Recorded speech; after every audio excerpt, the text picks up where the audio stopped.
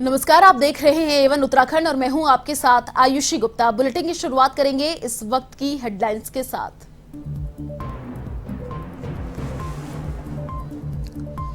देहरादून भाजपा प्रदेश कार्यालय में बैठक। मुख्यमंत्री पुष्कर सिंह धामी ने हारे हुए प्रत्याशियों के साथ किया मंथन। राष्ट्रीय महामंत्री संगठन बीएल संतोष, प्रदेश प्रभारी दुष्यंत कुमार गौतम भी रहे मौजूद।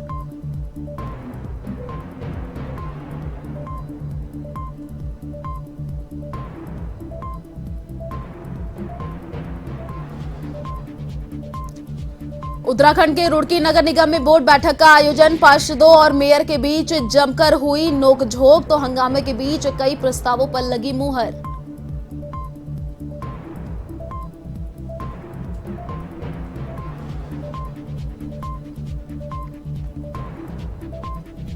उत्तराखंड में बिजली कटौती से लोग परेशान। नाराज उद्योगपतियों ने की बिजली कटौती के संकट से निजात दिलाने की मांग। कहा, कटौती से उद्योगपतियों के सामने आ रहा बड़ा संकट।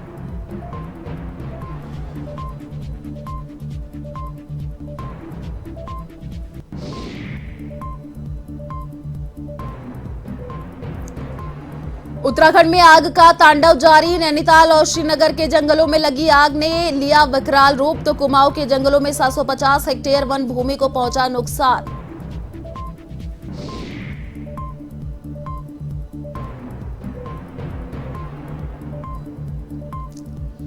हरिद्वार से वापस लौट रही श्रद्धालुओं से भरी बस मंगलौर में अनियंत्रित होकर पलटी। एक बाइक सवार युवक समेत एक श्रद्धालु की मौत, आधा दर्जन श्रद्धालु गंभीर रूप से घायल।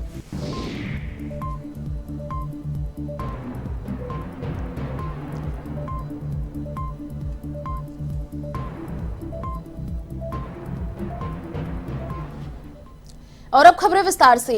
देहरादून भाजपा प्रदेश कार्यालय में बैठक हुई, जिसमें मुख्यमंत्री पुष्कर सिंह धामी ने 23 विधानसभा में हारे हुए प्रत्याशियों के साथ मंथन किया। बैठक में राष्ट्रीय महामंत्री संगठन बीएल संतोष, प्रदेश प्रभारी दुष्यंत कुमार गौतम, सह प्रभारी रेखा वर्मा के साथ प्रदेश महामंत्री संगठन भी मौजूद रहे।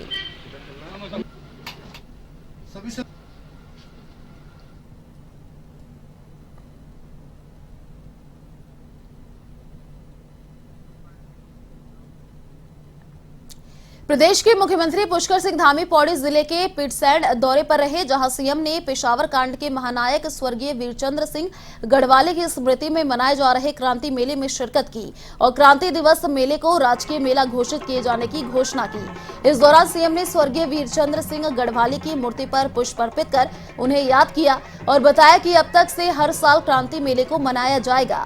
सीएम ने कहा कि उत्तराखंड वीर सपूतों की भूमि रही है और इस भूमि से ऐसे महापुरुषों ने भी स्वतंत्रता से पूर्व जन्म लिया, जिन्होंने देशवासियों के मन में एक गहरी छाप छोड़ दी है। स्वतंत्रता संग्राम सेना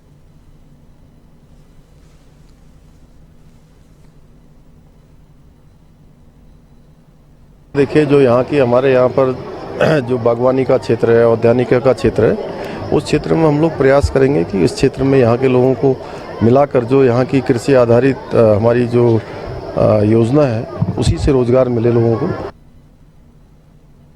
मुख्यमंत्री पुष्कर सिंह धामी के चंपावत विधानसभा से उपचुनाव लड़ने के फैसले के बाद जहां कार्यकर्ताओं में उत्साह देखने को मिल रहा है, तो वहीं जनपद की दूसरी विधानसभा लोहाघाट में भी मुख्यमंत्री के उपचुनाव को लेकर भाजपा कार्यकर्ताओं में खासा उत्साह देखने को मिल रहा है।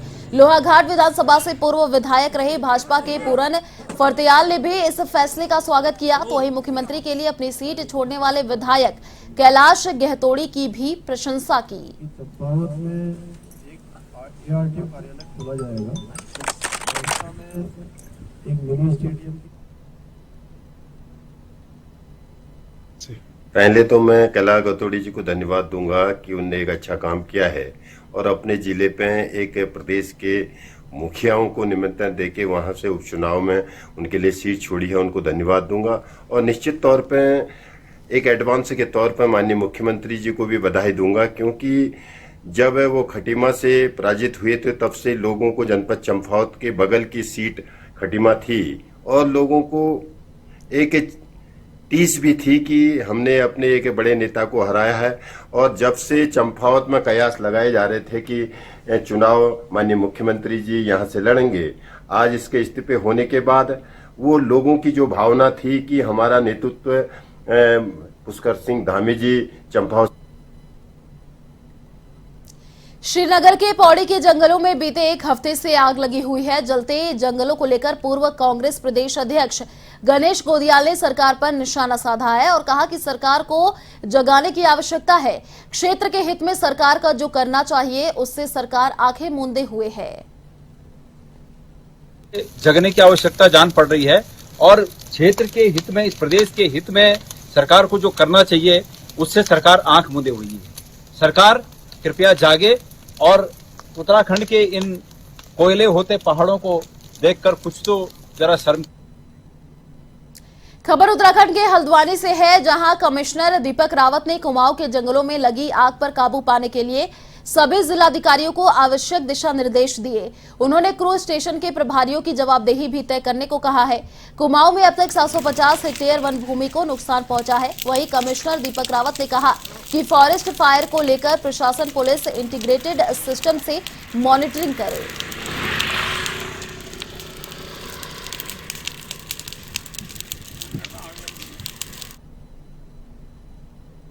पंचायत में भी पहला निर्देश तो मेरा यही था कि जो फॉरेस्ट डिपार्टमेंट की ऐप के माध्यम से मॉनिटरिंग होती है कि कहाँ पे टेम्परेचर ज़्यादा है, मतलब वहाँ पे आग हो सकती है, उसकी इंटीग्रेटेड तरीके से हम लोग मॉनिटरिंग करें। इंटीग्रेटेड से मतलब है कि प्रशासन, फॉरेस्ट और पुलिस इसको साथ साथ देखें, क्योंकि फायर ब्रिगेड का भी हमें इस्तेमाल करना होता है।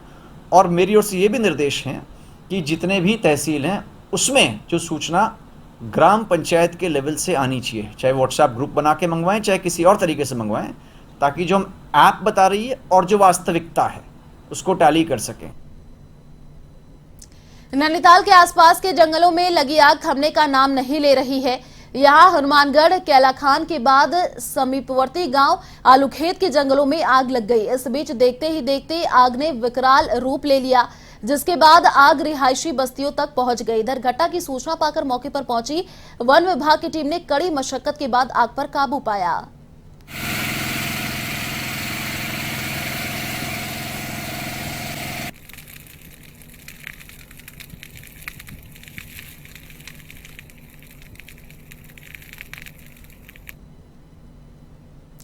उत्तराखंड के रुड़की नगर निगम में बोर्ड बैठक का आयोजन किया गया, जिसमें खानपुर विधायक उमेश कुमार, पिरान कलियर विधायक फुरकान अहमद, झबरेड़ा विधायक वीरेंद्र कुमार मौजूद रहे। वहीं बैठक के दौरान पार्षदों और मेयर के बीच जमकर नोकझोंक भी हुई। इस बीच कई प्रस्ताव भी पास हुए। बैठक में खानपुर विधायक को कुछ देर बाद बोलने का मौका मिला। वहीं विधायक फुरकान अहमद और वीरेंद्र कुमार को बोलने का मौका नहीं मिलने से वो बैठक से उठकर चले गए।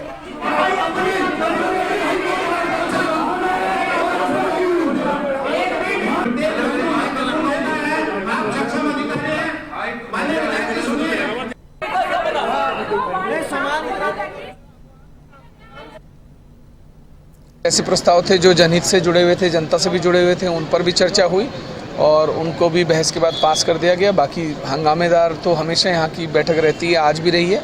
मैंने सभी पार्षदों से और मेयर से कहा है कि आपसी झगड़ों के। अल्मोड़ा जिलाधिकारी वंदना सिंह ने लमगड़ा विकासखंड के अनेक स्थानों का निरीक्षण किया, जिसमें उनके द्वारा प्रदेश सरकार के विकास कार्यों को देखा गया। इसके साथ ही विद्यालयों में जाकर शिक्षा की गुणवत्ता पर विशेष ध्यान देने के निर्देश भी दिए गए। उन्होंने स्वयं सहायता केंद्रों की महिलाओं से मुलाकात कर उनकी समस्याएं सुनी और अधिकारियों को जल्द से जल्द निवारण करने के निर्देश दिए।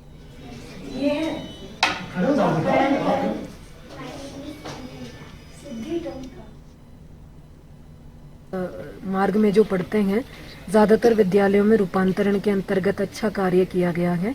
आगे क्योंकि बच्चों का पठन पाठन 2 साल तक कोविड की वजह से प्रभावित रहा, तो काफ़ी गैप आ गए हैं शिक्षा की गुणवत्ता में, उसी के सुधारीकरण के लिए निर्देशित किया है। महिला समूह यहाँ शहर फाटक क्षेत्र में जो क्लस्टर लेवल फेडरेशन है, उनके द्वारा उनसे आज वार्ता की गई थी और उनके किए गए कामों को भी देखा है। उन्होंने अभी वर्तमान में आरसीटी के माध्यम से हल्द्वानी के गौला रोखड़ में करीब 36 करोड़ की लागत से कुमाऊं का सबसे बड़ा और हल्द्वानी के पहले निर्माणाधीन सीवेज ट्रीटमेंट प्लांट का आयुक्त दीपक रावत ने निरीक्षण किया। इस दौरान कुमाऊं आयुक्त ने कार्यदायी संस्था पेयजल निगम को निर्धारित समयावधि 31 जुलाई 2022 तक हर हाल में गुणवत्ता युक्त कार्य पूर्ण करने के निर्देश दिए।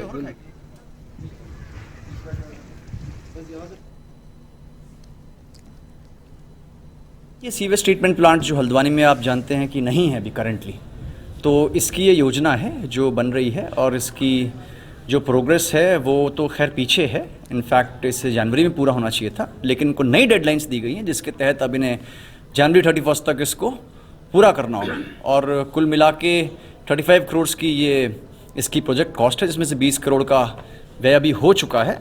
आज मौके पे आके इनको मैंने ये कहा है बेसिकली डिपार्टमेंट को कि जो भी रिवाइज शेड्यूल आपने बनाया है वो ये कॉन्ट्रैक्टर से शेयर करें और उसके अनुसार इसकी मॉनिटरिंग हो और किसी प्रकार का डिले इसमें अब नहीं हो, क्योंकि इसके एनवायरमेंटल कॉस्ट भी होते हैं और समयबद्ध तरीके से ये कार्य पूरा हो। उत्तराखंड के चमोली में चारधाम यात्रा मार्ग पर आपको बता दें कि सुचारू यातायात को लेकर प्रशासन और पुलिस की ओर से युद्ध स्तर पर कार्रवाई की जा रही है, जिसे लेकर प्रशासन और पुलिस की टीम ने नगर पालिका अधिकारी एवं कर्मचारियों के साथ चमोली बाजार का निरीक्षण किया। इस दौरान संयुक्त मजिस्ट्रेट अभिनव शाह ने व्यापारियों से यात्रा काल में सहयोग करने की अपील भी की, साथ ही सड़क और नालियों पर सामान न लगाने के निर्देश दिए। इस मौके पर पुलिस उपाधीक्षक धन सिंह तोमर और अधिशासी अधिकारी राजेंद्र संजवान मौजूद रहे।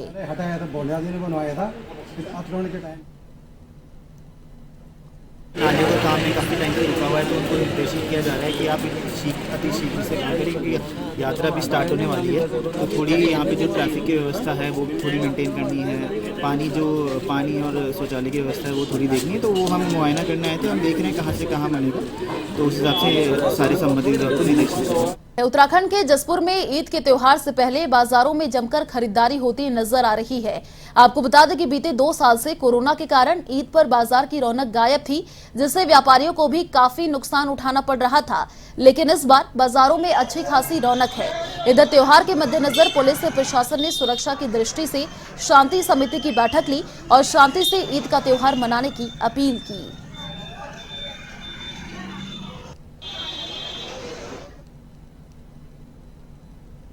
कार्रवाई करेंगे। आईटी एक्ट के तहत उन पे मुकदमे होंगे और आईपीसी की जो विभिन्न धाराएं हैं उनके तहत भी उनके खिलाफ बड़ी कार्रवाई की जाएगी। ईद के त्यौहार को लेकर हमने जो भी जैसे धार्मिक संगठन है सबसे हमने मीटिंग रखी है उनसे सभी से अपील की कि बिल्कुल शांतिपूर्वक मनाएंगे और हमारे पास जो भी फोर्स है उसको हमने प्रॉपर तरीके से डिप्लॉय कर दिया है जहाँ जहाँ भी आवश्यकता है।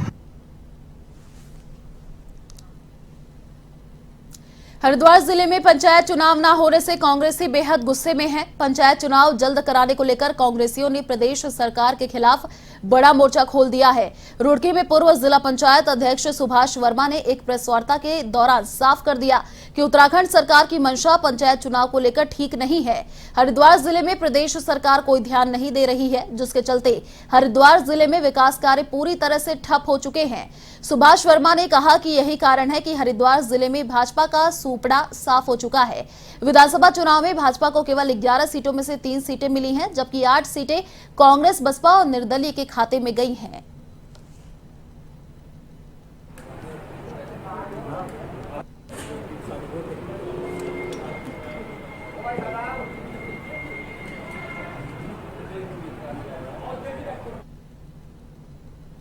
पंचायत चुनाव को टाले जा रही है, तो बार बार सरकार के प्रतिनिधियों से, माननीय मुख्यमंत्री से सबसे बात की। उत्तराखंड के अल्मोड़ा में भाजपा की डबल इंजन सरकार पर कांग्रेस ने निशाना साधा है। इसी के चलते कांग्रेस जिलाध्यक्ष पीतांबर पांडे के नेतृत्व में भाजपा सरकार का पुतला दहन किया गया। साथ ही भाजपा पर वादा खिलाफी का आरोप भी लगाया गया। भारतीय जनता पार्टी की ये सरकार जो बड़े बड़े वायदे करती है उसके खिलाफ इसने पहले महंगाई को अनदेखा करते हुए जा रही है। लगातार बिजली और पानी के दरों में बढ़ोतरी करी, डीजल पेट्रोल में बढ़ोतरी करी, तमाम खाद्य सामग्री में, गैस में बढ़ोतरी करते आ रही है। आज आश्चर्य होता है, पिछले कांग्रेस के सरकार में जब 24 घंटा पूरे प्रदेश को बिजली मिला करती थी, आज 6-6, 8-8 घंटा विद्युत कटौती करने का काम इस सरकार द्वारा किया जा रहा है। ये सरकार हर मामले में असफल दिख रही है, आम लोगों के हित को अनदेखी कर रही है। इसके खिलाफ आज कांग्रेस द्वारा प्रदेश आह्वान पर प्रदेश कांग्रेस कमेटी के माननीय अध्यक्ष के निर्देश पर पूरे जनपद के विभिन्न ब्लॉकों में और जिला मुख्यालय में सरकार। हरिद्वार के सिडकुल में स्थापित उद्योगों को बिजली की दिक्कत का सामना करना पड़ रहा है। पिछले 2-3 महीनों से रोजाना हो रहे बिजली कटौती ने उद्योगपतियों की चिंता बढ़ा दी है। रोजाना बिजली कटौती से उद्योगों को आर्थिक नुकसान उठाना पड़ रहा है। ऐसे में नाराज उद्योगपतियों ने राज्य सरकार से बिजली कटौती के संकट से निजात दिलाने की मांग की है। आपको बता दें कि महंगे डीजल की वजह से जनरेटर की बिजली से उत्पादों की कीमत करीब 4 गुना बढ़ जाती है। कुछ उद्योगपतियों ने बताया कि 10 साल पहले यूपी में बिजली की समस्या से परेशान होकर वो उत्तराखंड आए थे, लेकिन ऊर्जा प्रदेश में ही सुचारू रूप से बिजली नहीं मिल पा रही है, जबकि यूपी में बिजली की सप्लाई अब ठीक हो गई है। ऊर्जा प्रदेश की बात करके हमको ताकि एनर्जी धीरे-धीरे 2 घंटे 3 घंटे 4 लगातार उद्यमी मिल रहे हैं, मुख्यमंत्री से भी मिले हैं, एमडी सिडकुल से, एमडी इलेक्ट्रिसिटी बोर्ड से भी मिले हैं, आश्वासन मिल रहे हैं, पर कुछ हो नहीं हो रहा। लगातार कट जारी है, पता नहीं कौन इसको सुनेगा, कौन दूर करेगा। बहुत बड़ी समस्या है इंडस्ट्री के लिए। कहने को ऊर्जा प्रदेश है, लेकिन कहीं ना कहीं पूरे प्रदेश का ही बुरा हाल है। और मंत्री आते हैं या मुख्यमंत्री भी आते हैं, बड़े बड़े वादे और दावे करते हैं सिडकुल के लिए, लेकिन इस तरह की परेशानी है तो कब तक दूर होगी। और अधिकारियों से मिले, उन्होंने क्या आश्वासन दिया है? अधिकारियों ने बस वही बिजली खरीद करने के पैसे नहीं है, पुल से बिजली नहीं मिल रही हमको, वही सब बहाने हैं। और लगातार ऊर्जा प्रदेश के वादे पर ही सारी इंडस्ट्रियों को जहाँ बुलाया गया था। और आप देखें, मैंने अभी अपनी एक यूनिट जम्मू में लगाई है, वहाँ काफ़ी यूनिट फार्मा की शिफ्ट हो रही हैं और लगातार बहुत प्रदेशों से लोग जम्मू शिफ्ट हो रहे हैं, क्योंकि अल्टीमेट बिना बिजली के कंटिन्यूस प्रोडक्शन करना नेक्स्ट टू इम्पॉसिबल है। और उद्योग अपनी जेब से पे करके पेमेंट करके बाकी चीज़ों में रॉ मटेरियल सबकी कॉस्ट बढ़ गई है इन दिनों में। अब एनर्जी की कॉस्ट भी बढ़ गई, इतनी मोटी लग रही है हमको, तो कैसे सर्वाइव करेंगे इस प्रदेश में? जीना ही मुश्किल हो रहा है इंडस्ट्री का। जैसे प्रोडक्शन में महंगा, देखिए, इंडस्ट्री को चलाने के लिए इलेक्ट्रिसिटी ऊर्जा की जरूरत होती है। जिस समय इंडस्ट्रीज को यहाँ इनवाइट किया गया था, यही कहकर किया गया था कि यहाँ पर एक्सेस एनर्जी है, लेकिन आने के बाद हर वर्ष ये स्थिति खराब होती गई और अभी की कंडीशन ये है कि 10-10 घंटे का पावर कट है। 10 घंटे अगर हम अपनी जो पावर है जनरेटर से लेते हैं तो वो हमारी फिजिबिलिटी में नहीं आता है, क्योंकि उसमें जो इलेक्ट्रिसिटी कॉस्ट है हमको 32 रुपीज़ पर यूनिट पड़ता है, तो वो किसी भी तरह से फिजिबिलिटी में नहीं आता है। इसके अलावा जनरेटर से हमें क्वालिटी पावर भी नहीं मिल पाती है, तो जनरेटर एक्चुअल में हमारा सॉल्यूशन नहीं है। खानपुर क्षेत्र के करणपुर गांव में दबंगों द्वारा पानी रोकने से स्कूल जलमग्न हो गया, जिसके कारण बच्चों को दूसरी जगह बिठाकर पढ़ाया जा रहा है। आपको बता दें कि दबंगों द्वारा अपने घरों के बाहर मिट्टी डालकर जल निकासी को बंद कर दिया गया है, जिसके लिए ग्रामीणों ने कई बार आला अधिकारियों से शिकायत भी की है, मगर किसी ने संज्ञान नहीं लिया। वहीं खानपुर विधायक उमेश शर्मा के संज्ञान में लाया गया तो उमेश शर्मा स्कूल निरीक्षण के लिए पहुंचे। उन्होंने देखा कि स्कूल मार्ग पर पानी भरा हुआ है, जिसके कारण स्कूल में आने जाने वाले बच्चों को काफी परेशानियां हो रही हैं।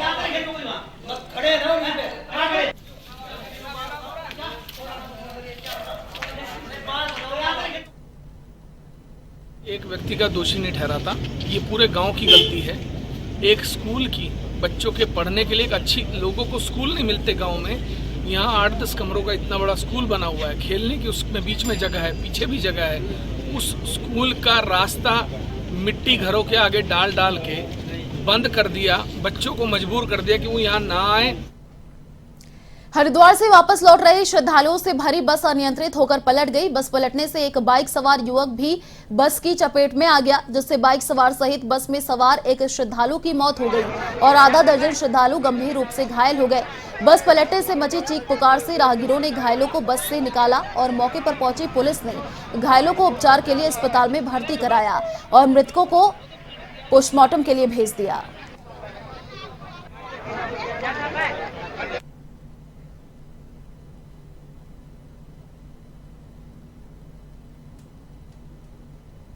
बस जो श्रद्धालु से भरी हुई थी वो हरिद्वार से वापस आ रही थी और डिवाइडर से टकराकर पलट गई थी। उसके पलटने से एक मोटरसाइकिल सवार उसके नीचे आ गए थे, जिनमें से एक की मृत्यु हो गई है। और जो श्रद्धालु से भरी बस थी उसमें भी एक महिला जिसकी उम्र लगभग। चलिए फिलहाल इस बुलेटिन में इतना ही। देश और दुनिया की तमाम बड़ी खबरों को देखने के लिए आप देखते रहिए A1 TV। नमस्कार।